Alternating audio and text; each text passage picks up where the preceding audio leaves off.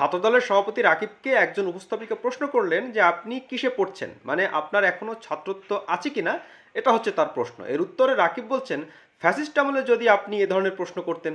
খুবই সাধারণ একটি প্রশ্ন, এবং তিনি যদি একেবারে সোজাসাপটা একটা উত্তর দিয়ে দিতেন তাহলে লেটা চুকে যেত, কিন্তু পাল্টা একটি প্রশ্ন করলেন উপস্থাপিকাকে তিনি, যে আপনি ফ্যাসিস্ট আমলে যদি এরকম প্রশ্ন করতেন।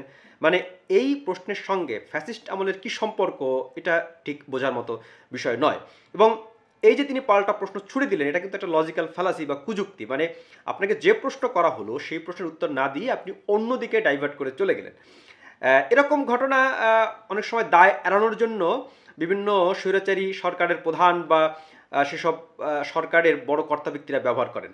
শেখ হাসিনার কথা আমরা বলতে পারি, তাকে আন্তর্জাতিক অনেক সাংবাদিক প্রশ্ন করতেন যে আপনি এই যে গুম খুন আপনার সময় হয়, দুর্নীতি হয়, এগুলোর উত্তর কি? তখন তিনি ঘুরিয়ে এর উত্তর দিতেন না, তিনি চলে যেতেন যে আমি ৭৫ সালে আমার বাবা মাকে হারিয়েছি, আমার পরিবারের স্বজনদের হারিয়েছি, এবং কান্নাকাটি শুরু করতেন। খুব স্বাভাবিক যে এতগুলো সদস্য যখন আপনি হারাবেন, পরিবারে একজন সদস্য হারানোই অনেক দুঃখের, কোনো সন্দেহ নেই। কিন্তু আপনি যখন প্রধানমন্ত্রী একটি পদে আছেন, আপনাকে জনগণের প্রশ্ন যখন শুনতে হবে, তখন তার উত্তরও কিন্তু আপনাকে সঠিকভাবে দিতে হবে। মানে তিনি গুম খুন দুর্নীতির উত্তর না দিয়ে তিনি কিন্তু অন্যদিকে চলে গেলেন। এটা একটা হাতিয়ার যে আপনাকে আপনি কুযুক্তি উপস্থাপন করে আপনাকে অন্যদিকে নিয়ে যাওয়া হচ্ছে, দায় এড়িয়ে যাওয়া হচ্ছে। শেখ হাসিনার আমলে এই যে অবৈধভাবে বারবার নির্বাচন হয়েছে, এগুলো নিয়ে যখন প্রশ্ন করা হতো তখন তার সাঙ্গপাঙ্গরা বলতেন যে এই যে দেখো অনেক অনেক উন্নয়ন হয়েছে, ইত্যাদি ইত্যাদি, পদ্মা সেতু হয়েছে। তো আপনি অবৈধভাবে নির্বাচনের সঙ্গে পদ্মা সেতুর কী সম্পর্ক, অবকাঠামোগত উন্নয়নের কী সম্পর্ক, এটা নিয়ে কিন্তু প্রশ্ন তোলা যাবে।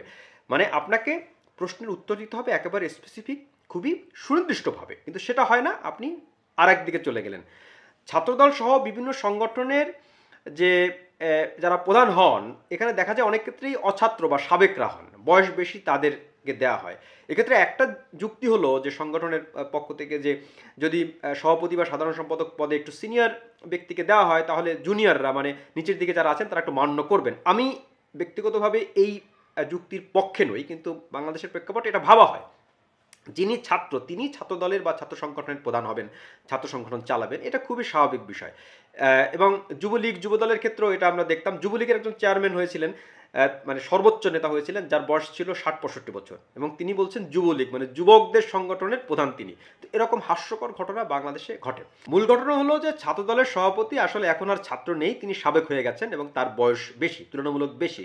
আমরা এর আগে দেখতাম যে ছাত্র সংগঠনগুলোতে অনেক সিনিয়র সিনিয়র ব্যক্তিরা সভাপতি সাধারণ সম্পাদক হতেন, সেই ধারা থেকে কিন্তু এখন বেরিয়ে এসেছেন। এখন একটু সিনিয়র দেওয়া হচ্ছে, কিন্তু অত বয়স্কদের দেওয়া হচ্ছে না, তুলনামূলকভাবে তরুণদেরই ছাত্র সংগঠনের প্রধান হিসেবে নেওয়া হচ্ছে।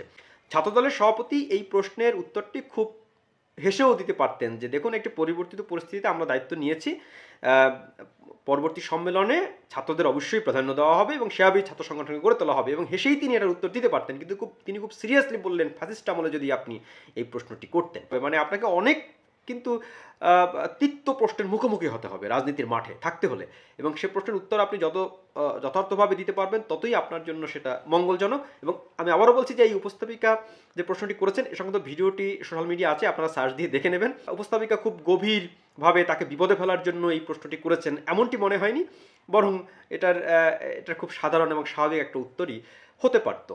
আমরা আশা করি যে যারা রাজনীতিবিদ আছেন তারা এই বিষয়গুলো খুব গভীরভাবে ভেবে দেখবেন এবং সুনির্দিষ্টভাবে সাংবাদিকদের কিংবা নাগরিকদের প্রশ্নের উত্তর তারা দেবেন।